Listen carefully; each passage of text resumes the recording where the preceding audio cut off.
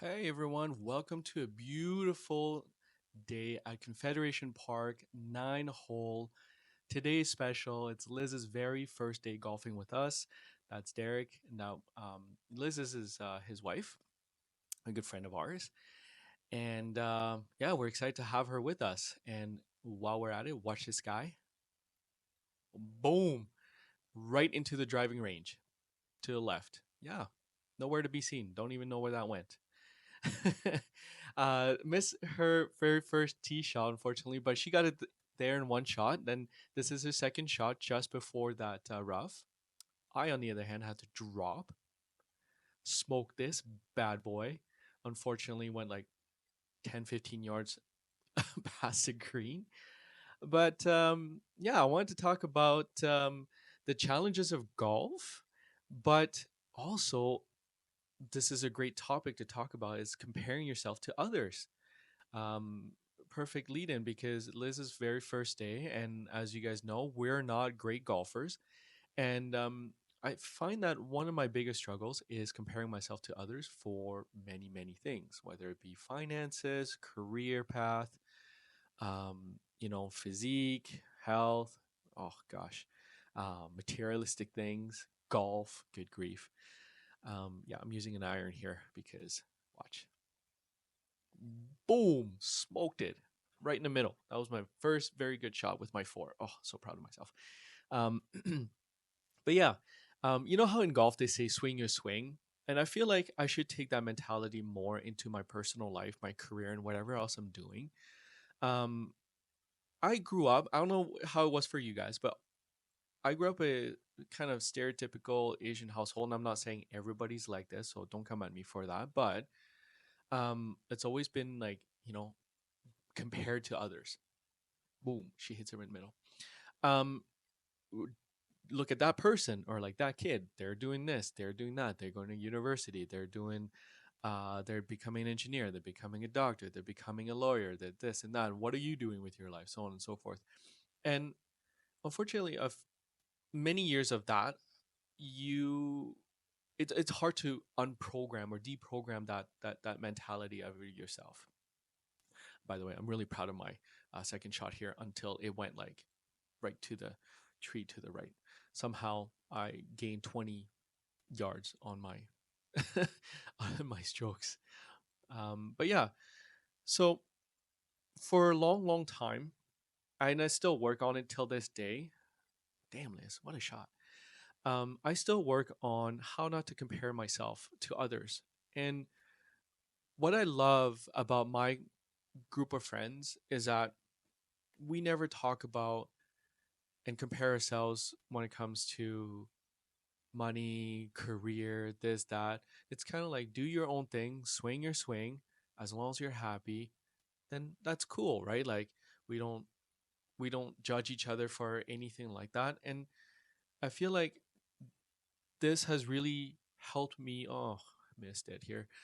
Really helped me heal and work on not trying to compare to myself with others.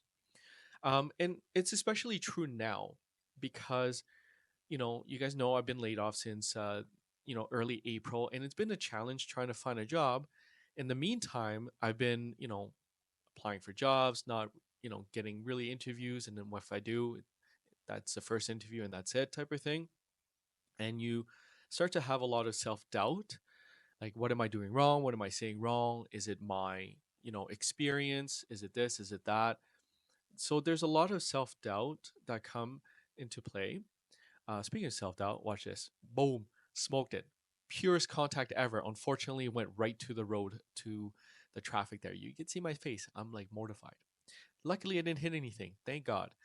But yeah, and then in the meantime, while I'm struggling, I'm seeing some coworkers or people I used to work with, who, by the way, I'm nowhere near or comparing myself to their abilities and skill sets, but they are succeeding incredibly well. They're getting promoted to, senior management levels and all that kind of stuff. And obviously earning more money, which is another thing that I kind of tend to compare myself a lot with others instead of looking internally for myself in that.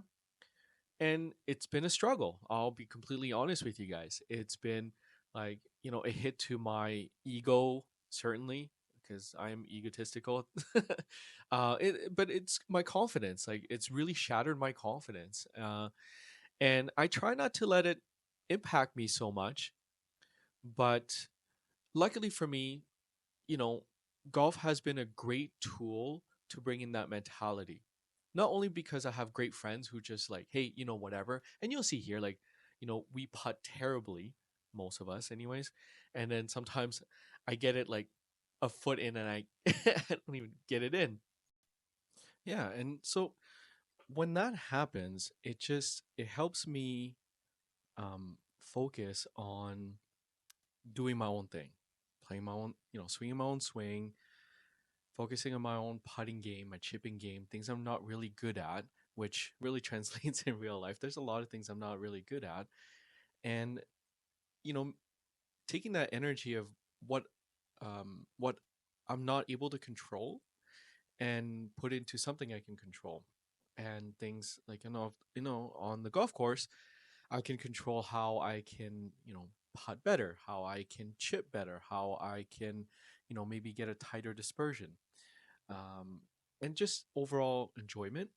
But at the same time, at home, I take that mentality, and now certainly, um, I try to put my energy into something that's more productive. Like right now, I'm working on a Secret Squirrel project. I'm building an app. I don't know how to build an app.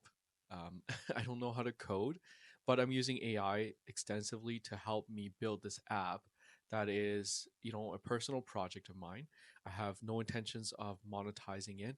If it monetizes, great. If it doesn't, then who cares? But what I want to do is just bring that energy. And by the way, this is a great putt for me. This is the best putt I've ever had all season. Just watch. And tap, boom, sunk. Yeah. And I'm going to try to focus my energy on the things I can control more. But like I said, it's a struggle. I always venture to ask, I guess, for some of you, if you struggle with the same thing. And it's more prevalent more than ever now, especially with maybe even the younger generation sometimes because of social media. You see a lot of people who are like, oh man, I drive this car at this age, I do this at that age, and so on and so forth. And, what I've learned though is that when I was an entrepreneur, I used to think that all the time, like, man, I started the business the same time as this person, but they're like wildly more successful than I am. By the way, great draft, Eric. So why am I not, achieving those milestones like in sales, revenues, and all that kind of stuff? And what I've learned over the course of the years as an entrepreneur and business owner is that sometimes you just have to be at the right place at the right time. So it's a mixture of luck, skills, incredible hard work, ethics, um, knowing the right people sometimes, and certainly capital. And when I say capital, like that's it can be from like an investor, it can be from a firm, it can be from whatever, it can be from boyfriend, sorry, girlfriend, or how even your parents, right? And so you don't know where that capital could be coming in and how much that capital could be really helping that individual succeed as a startup or business owner and that kind of stuff. So yeah, and I think I need to get back to, not to get back, but like I think for myself, I need to um, kind of slow my roll a little bit and stop taking a hit on my own personal self and my self confidence, and realize that maybe the timing isn't right. Maybe um, human capital or capital in terms of finances isn't in the right space right now for me to, I don't know, succeed at something or whatever it is. But yeah, I'd be curious to hear your thoughts, anyways, on how you guys manage those things and the toxicity of social media, right? If you're anywhere in Reddit or Instagram or TikTok, I mean, you know exactly what I'm talking about, right? So, um, but that's going to lead to talking about tools. What tools are you guys using? to help yourselves from, you know, self-deprecating comments, monologuing to yourself, which I do a lot of. So being hard on yourself, essentially, right?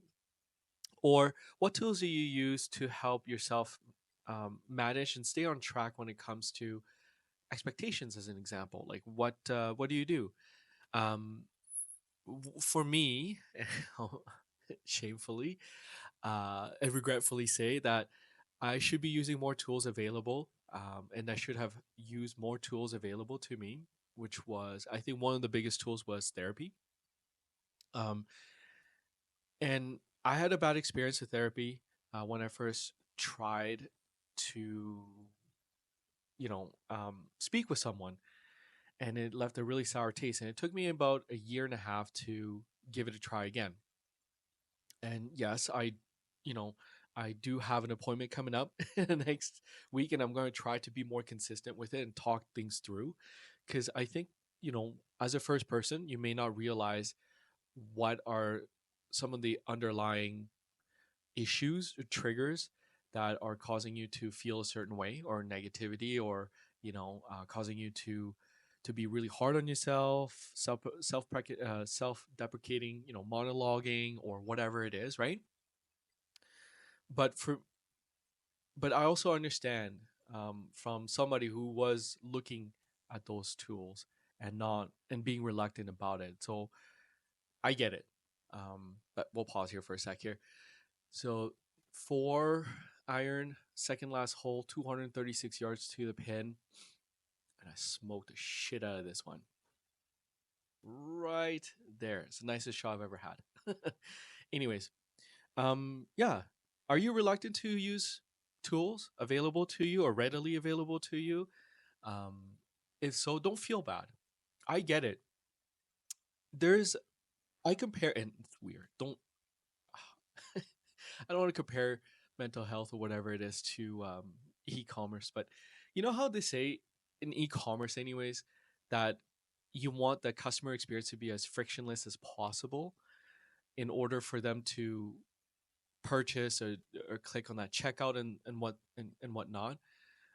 And I thought I was going to sink this one, but just tie short. Damn it, that was for a birdie, and you'll see it turns into a double bogey, or sorry, a bogey. Um, but I feel like it's the same way for those who are struggling with mental health. Like we feel like if there's any type of friction that makes us not want to seek help or continue with that help or whatever that might look like, we immediately um, use it as I wouldn't say excuse, but we use it as the reason why we um, don't want to follow through with the help or the tool that could improve our overall health, right? So I get that. It's I don't know. Maybe it's a bad comparison, but yeah, I think there has to be ways to make things easier so that we can have better access to some of these mental health tools. And there are lots out there. It's just sometimes those blockers can vary. Dang, look at that putt, Liz. Okay, so look, I feel like I'm going on a rant type of thing, and I think the summary of this is just don't try not to compare yourself to others as much. I know sometimes that will happen. Swing your swing, do your thing. Sometimes situations, environments, eh, far beyond your control. Um, in business development, which is a lot of my background, and go to market strategies, what can you do to control the variables that you can control? What can you have your hands on, and what can you develop to improve a situation, build a relationship, or make the sale happen, or accelerate the sales cycle, whatever that might look like for you, right? Um, and understand that social media is not what it all seems like, and you just find ways to focus on yourself. There are tools that are accessible out there for you. Look them up, and if you need help, reach out. I'm open to it. And thanks for watching. I really appreciate it. This was a beautiful, beautiful day to go out golfing, and certainly made my week a whole lot better. All right, guys. Thanks so much, and see you next episode.